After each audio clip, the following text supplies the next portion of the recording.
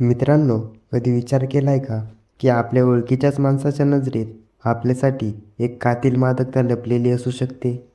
ती गुलाबी थंडीची रात्र होती. मी फक्त एक पेन आणायला शेजारच्या दुकानात गेले होते. पण त्या बंद दुकानाच्या आड माझ्या बाबांचे मित्र संतोष काका माझी एका अशा प्रतीसाठी वाट पाहत असतील असं मला स्वप्नातही वाटलं नव्हतं. त्यांच्या एका हळुवार स्पर्शाने माझ्या शरीरात एक अशी वीज संचारली की त्या रात्री माझ्या आयुष्याचं ते सर्वात मोठं रेशमी गुपित बनलं. काय घडलं होतं त्या रात्री? त्या दुकानाच्या बंद खोलीत एका माझ्याच तोंडून माझीही बेभान करणारी कथा. बाहेर गुलाबी थंडीचे दिवस होते. हवेत एक प्रकारचा गारवा आणि ओलावा होता, जो मनाला उगाचच हुरहुर लावून जात होता. माझं नाव आदिती. मी कॉलेजच्या दुसऱ्या वर्षाला आहे. माझं शरीर आता सळसळीत आणि लवचिक वळण घेऊ लागलं होतं. आरशात स्वतःला पाहतानाही कधीकधी मला माझ्याच देखण्या रूपाची भुरळ पडायची. एके दिवशी कॉलेज संपवून मी घरी आले. अभ्यासाला बसले खरे, पण पेनाची शाई संपली होती. घराशेजारची संतोष काकांचे जनरल स्टोअर होते. संतोष काका माझ्या बाबांचे मित्र, पण दिसायला एकदम हट्टाकट्टा आणि पिळदार शरीर असलेले व्यक्तिमत्व.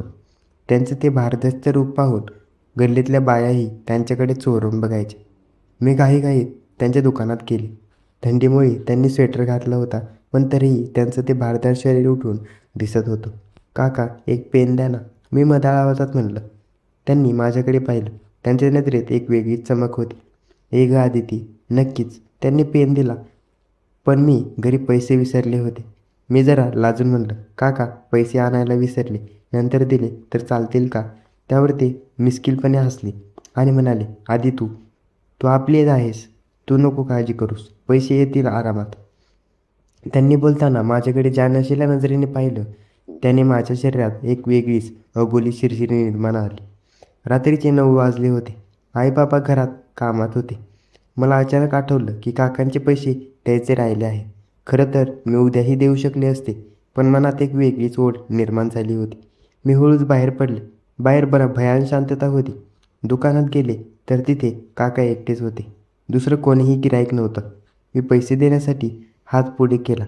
काका, हे तुमचे पैसे. पैसे घेताना त्यांचा हस्तस्पर्श माझ्या हाताला झाला. तो स्पर्श इतका उबदार होता की माझ्या अंगावर शहारे आले. त्यांच्या हाताचा स्पर्श माझ्या मखमली त्वचेवर एखाद्या विजेसारखा चमकला. खूप उशिरा केलास यायला, ते हळूच पुटपुटले. त्यांच्या आवाजात एक प्रकारची धुंदी होती. मी काही बोलणार इतक्यात त्यांनी माझ्या केसावरून हळूवार हात फिरवला. त्या स्पर्शात एक मादकता होती. माझ्या हृदयाचे ठोके लयबद्ध श्वासांसोबत वाढू लागले. काका, मी निघते आता, मी थरथरत्या आवाजात म्हणलं, पण माझे पाय तिथून निघायला तयार नव्हते. त्यांनी हळूच माझ्याजवळ येऊन माझ्या कमरेभोवती हात वेधला आणि माझ्या मानेवर आपल्या श्वासांची उष्णता सोडली. त्यांच्या त्या आवेशपूर्ण मिठीत मी जणू मेल्यासारखी विरघळत होते. त्यांच्या अंगाचा तो पुरुषी सुगंध आणि माझ्या मोगऱ्याच्या दरवळ इथे एक वेगळंच वातावरण तयार करत होतं. आदिती, तुला माहिती आहे का, तू किती अतिशय देखणी आणि अप्सरेसारखी दिसतेस? त्यांच्या या प्रश्नाने माझं भान हरपलं. आमच्या नजरा एकमेकात अशा गुंतल्या की शब्दांची गरजच पडली नाही. त्यांनी हळूच दुकानाच्या आतल्या छोट्या रूमचा पडदा लावून बाजूला केला आणि मला खुणेने आत बोलवलं. तिथल्या एकांततेने माझ्या मनात धडधड वाढली, पण एक गुपित सुखाची ओढ मला शांत बसू देत नव्हती. त्या छोट्या खोलीत जाताच बाहेरचा जगाचा आवाज जणू लुप्तच झाला होता. तिथे एक प्रकारची भयान शांतता होती, पण आमची मन मात्र उत्कंठेने ओरडत होती. काकांनी हळूच त्या खोलीचं दार आतून लावून घेतलं. आता तिथे फक्त आम्ही दोघं आणि एक उबदार धुंदी होती. खोलीत प्रकाशाचा एक अस्पष्ट झोत येत होता, ज्यामध्ये काकांचं ते पेदार आणि हट्टाकट्टा शरीर अधिकच आकर्षण दिसत होतं. त्यांनी माझ्या जवळ येऊन पुन्हा एकदा माझ्या कमरेभोवती घट्ट विळखा घातला. त्यांच्या मिठीत एक वेगळीच उष्णता होती, ज्याने माझ्या शरीरातील अस्वस्थता अजूनच वाढली. आदिती, तू खरंच एखाद्या कळीसारखी ओंबलेली दिसतेस, ते माझ्या कानात हळूच खुसपुटले. त्यांच्या त्या कातील आवाजाने माझ्या अंगावर पुन्हा एकदा शहारे आले. मी मात्र त्यांच्या त्या भरदार छातीवर डोकं ठेवून त्यांचे हृदयाचे ठोके मोजत होते. त्यांनी मला हळूच तिथल्या एका छोट्या बाकावर बसायला सांगितले. खूप थकलेली दिसतेस बाळा, कॉलेज आणि अभ्यास, थोडा वेळ आरामाचा बहाणा कर, असं म्हणून त्यांनी माझ्या खांद्यावर हात ठेवला.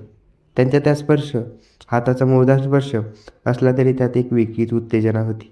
मी काही बोलण्याआधीच त्यांनी माझ्या केसांची बोटं बाजूला केली आणि माझ्या मानेवर एक हळूवार स्पर्श केला. त्यांच्या बोटांनी जादू माझ्या मखमली त्वचेवर फिरू लागली. हळूहळू त्यांनी माझ्या हाताने माझ्या खांद्याचं मर्दड मसाज करायला सुरुवात केली. तो स्पर्श इतका सुखावणारा होता की माझं भान हरपून लागलं होतं. काका, हे काय करताय? मी एक हुंदक्यासह विचारलं. फक्त तुझी सेवा करतोय ग. तुला आवडतंय ना? त्यांनी मिश्किलपणे विचारलं. त्यांच्या हातांची हालचाल आता अधिक बेधुंद होऊ लागली होती. मसाज करता करता त्यांचे हात कधी माझ्या पाठीवरच्या सडपातळ बांध्यावर तर कधी मानेच्या कोमल भागावर फिरत होते. माझ्या शरीरातून एक विचलन चालली. त्यांच्या त्या हस्तस्पर्शाने मी जणू पूर्णपणे मदहोश झाले होते. त्यांनी मला आपल्याकडे वळवलं आणि माझ्या बोलक्या डोळ्यात पाहिलं. आमच्यातलं अंतर आता पूर्णपणे मिटलं होतं.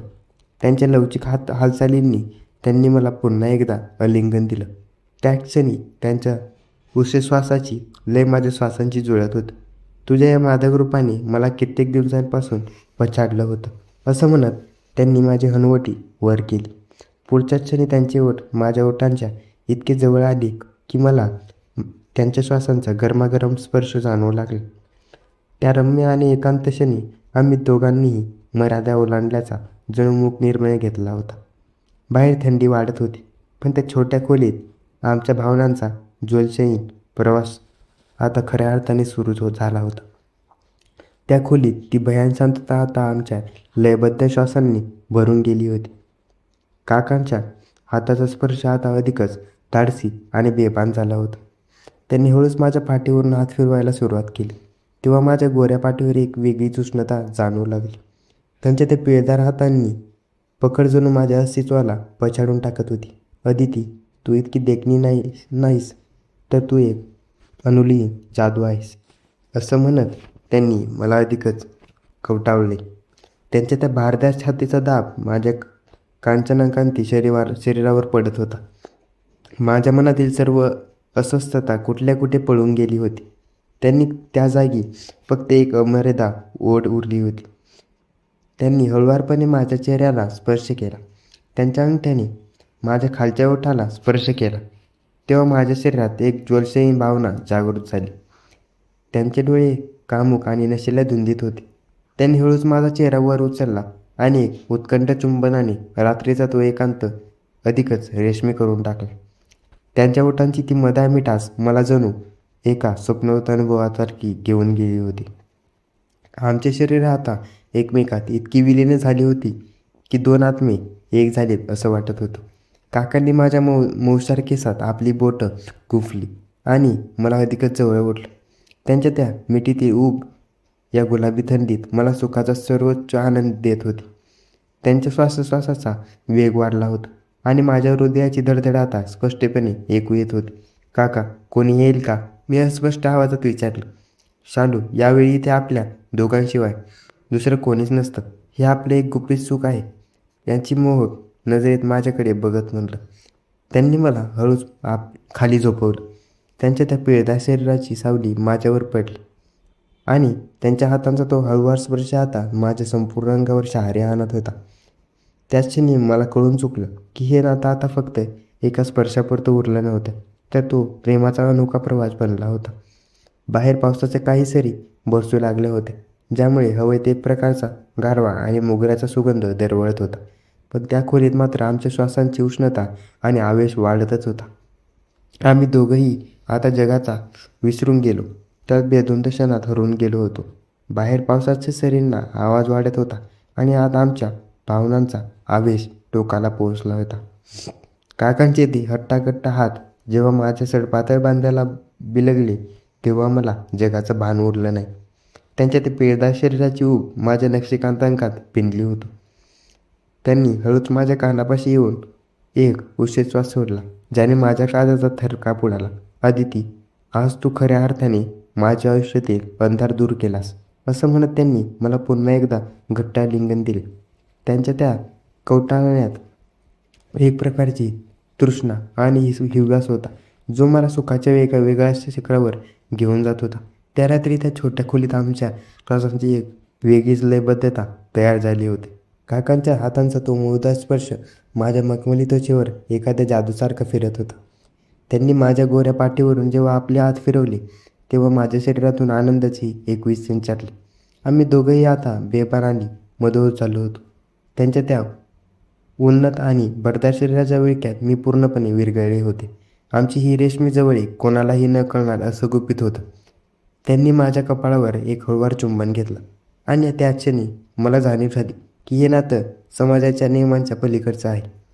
वेळ अशी निघून गेली काही कळलंच नाही. रात्रीची ती भयान शांतता आता एक रम्य आठवणीत बदलली होती. मी हळूच माझे विस्कटलेले केस सावरले आणि आरशात पाहिलं.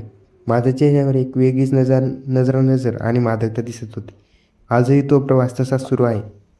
आजही जेव्हा कधी मी त्या दुकानात जाते तेव्हा मला काकांकडे पैसे देण्यासाठी हात पुढे करते आणि तोच हळूवार हस्तस्पर्श करून मला त्या जुन्या आठवणींची आठवण करून देतात. त्यांच्या नजरेतील ती खोडकर मस्ती आणि माझ्या मनातील ती हुरहुर आजही मला तितकीच ताजी आहे. लोकांसाठी ते फक्त एक जनरल स्टोअर आहे, पण माझ्यासाठी ते आमच्या प्रेमाचा अनोखा प्रवास आणि ते एकांत क्षणाचा एक मखमली दालन आहे. हे आमचं गुपित सुख आजही त्या दुकानदाराच्या बंद दरवाजा मागे आणि आमच्या हृदयाच्या कोपऱ्याशी सुरक्षित आहे.